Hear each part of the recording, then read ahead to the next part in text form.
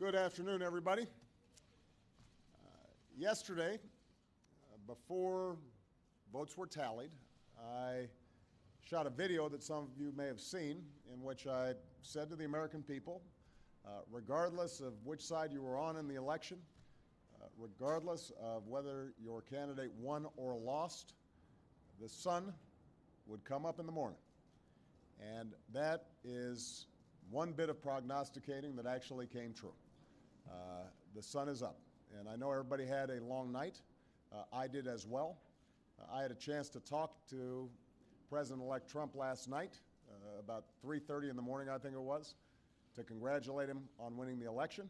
And I had a chance to invite him to come to the White House tomorrow to talk about making sure that there is a successful transition between our presidencies.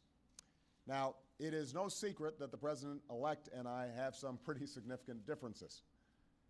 But remember, 8 years ago, President Bush and I had some pretty significant differences. But President Bush's team could not have been more professional or more gracious in making sure we had a smooth transition so that we could hit the ground running. And one thing you realize quickly in this job is that the presidency and the vice presidency is bigger than any of us. So I have instructed my team to follow the example that President Bush's team set 8 years ago and work as hard as we can to make sure that this is a successful transition for the President-elect. Because we are now all rooting for his success in uniting and leading the country. The peaceful transition of power is one of the hallmarks of our democracy. And over the next few months, we are going to show that to the world.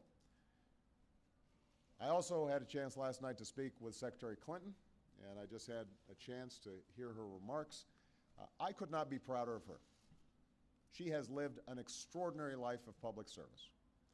She was a great First Lady. She was an outstanding senator for the state of New York, and she could not have been a better Secretary of State. I'm proud of her. A lot of Americans look up to her. Her candidacy and nomination was historic and sends a message to our daughters all across the country that they can achieve at the highest levels of politics.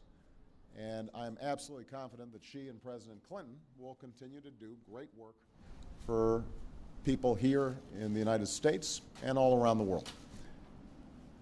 Now, everybody is sad when their side loses an election. But the day after, we have to remember that we're actually all on one team. This is an intramural scrimmage. We're not Democrats first. We're not Republicans first. We are Americans first. We're patriots first.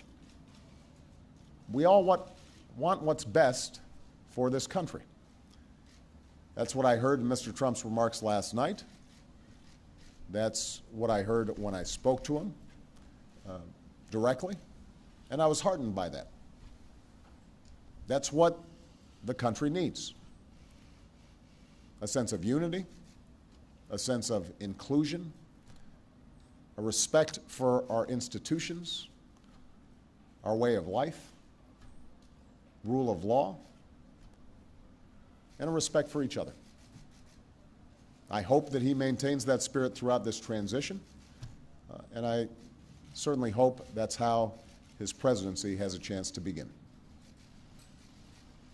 I also told my team today to keep their heads up, because the remarkable work that they have done day in, day out, often without a lot of fanfare, often with a lot of attention, work in agencies, work in obscure areas of policy that make government run better and make it more responsive and make it more efficient and make it more service-friendly so that it's actually helping more people. That remarkable work has left the next president with a stronger, better country than the one that existed 8 years ago. So win or lose in this election, that was always our mission. That was our mission from day one. And everyone on my team should be extraordinarily proud of everything that they have done. And so should all the Americans that I've had a chance to meet all across this country, who do the hard work of building on that progress every single day.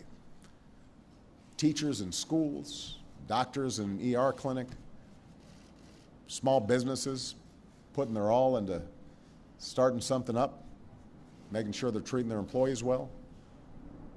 All the important work that's done by moms and dads and families and congregations in every state. The work of perfecting this union. So this was a long and hard-fought campaign. A lot of our fellow Americans are exultant today.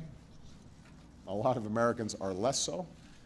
But that's the nature of campaigns. That's the nature of democracy. It is hard and sometimes contentious and noisy. It's not always inspiring. But to the young people who got into politics for the first time and may be disappointed by the results, I just want you to know you have to stay encouraged. Don't get cynical. Don't ever think you can't make a difference. As Secretary Clinton said this morning, fighting for what is right is worth it. Sometimes you lose an argument. Sometimes you lose an election. You know, the path that this country has taken has never been a straight line. We zig and zag, and sometimes we move in ways that some people think is forward and others think is moving back. And that's okay. I've lost elections before. Joe hasn't, but, you know.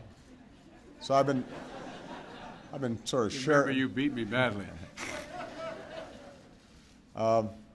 That's the way politics works sometimes. We try really hard to persuade people that we're right. And then people vote. And then if we lose, we learn from our mistakes, we do some reflection, we lick our wounds, we brush ourselves off, we get back in the arena. We go at it. We try even harder the next time. The point, though, is that we all go forward with a presumption of good faith in our fellow citizens. Because that presumption of good faith is essential to a vibrant and functioning democracy. That's how this country has moved forward for 240 years. That's how we've pushed boundaries and promoted freedom around the world. That's how we've expanded the rights of our founding to reach all of our citizens. It's how we have come this far. And that's why I'm confident that this incredible journey that we're on as Americans will go on. And I'm looking forward to doing everything that I can to make sure that the next president is successful in that. I've said before, I think of this job as being a relay runner. You take the baton, you run your best race, and hopefully by the time you hand it off, you're a little further ahead. You've made a little progress. And I can say that we've done that, and I want to make sure that handoff is well executed because ultimately we're all on the same team. All right. Thank you very much, everybody.